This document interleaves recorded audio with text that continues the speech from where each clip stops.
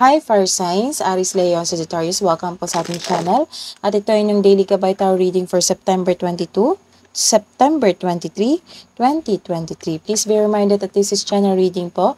So maaari kayong magka-relate o hindi, just take what resonates. Gamitin ang reading na ito bilang gabay lamang. Balik po kayo dito bukas para sa ating Daily Gabay Tarot Reading.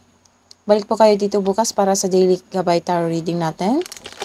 September 24. Please like, subscribe, and click bell button para updated po kayo sa daily tarot reading natin. Maraming salamat po. Para po sa gusto magpa-reading, maaari nyo po makuha ang link. Nasa description box po ito. Message nyo lang po ako sa Messenger. Thank you po. Spirit guys, ano pang ganap today kay Fire Signs, Aries, Leo, and Sagittarius ngayong September 23?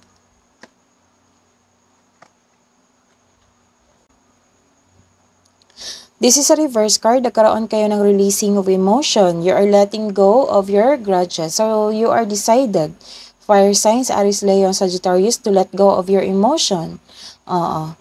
This is a healing process.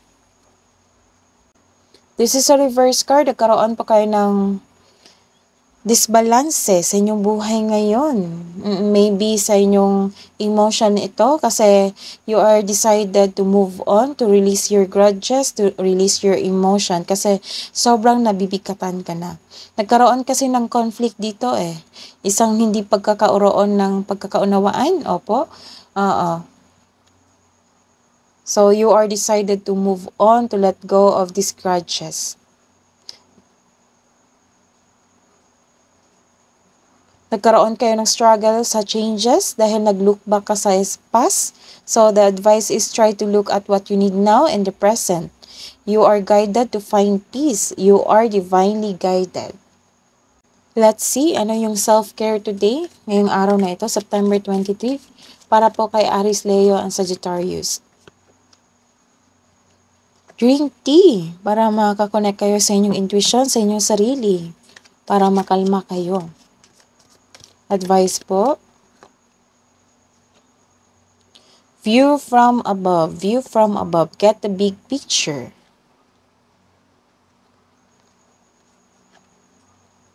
Joy and delight. Open your heart to joy. Let's see your career and money. Spirit guides. Wow. Wow. May malaking ganap ngayong araw na ito sa kay Fire Signs, Aries, Leo, and Sagittarius. Nagkaroon ng new cycle dito. Kung struggle kayo ngayon, magkakaroon ng isang new cycle.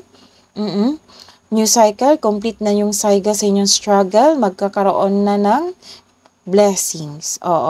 Magkakaroon kayo ng happiness. This is a destiny card. Nagkaroon ng luck. So, this card tells you to focus on what you can control in order to find peace. Let go sa hindi mo na makontrol. This is a blessings, good fortune, job opportunity, at unexpected na wealth, financial stable. So, may parating kayong malaking pera.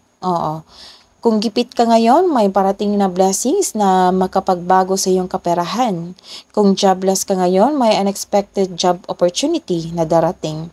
Meron ding malaking pera na matatanggap mo, whether marami kang clients ngayon o marami kang benta ngayon.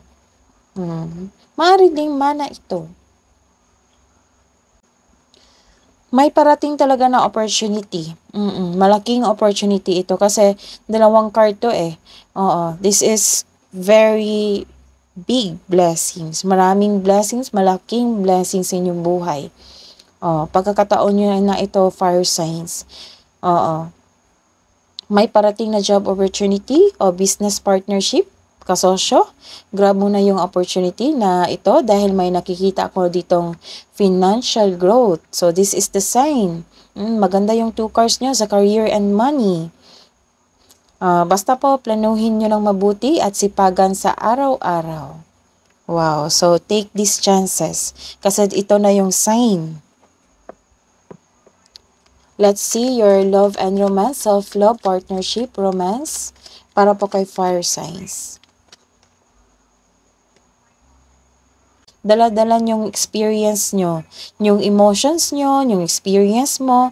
Kasi you have confident you are connected to your intuition also.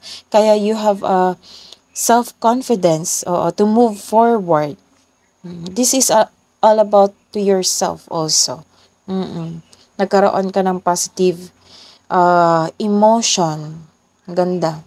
This is a reverse card. Nagkaroon dito ng mag-ingat din kasi may kapareha ka or ikaw or kasamahan mo sa bahay. Nagkaroon ng controlling behaviors. Oo. Nagkaroon din ng materialism. Ingatan din ng inyong ipon kasi may nakikita ako ditong loss of money. So, ingatan. Anong iniisip mo? Anong iniisip niya? Spirit guides, sa mga single. I know I was a distraction from your pain. Sa mga relasyon, I wish things could be different. Love advice mo para sa mga single? Pahinga, tamang pahinga. Yan yung advice kasi sobrang sipag mo dito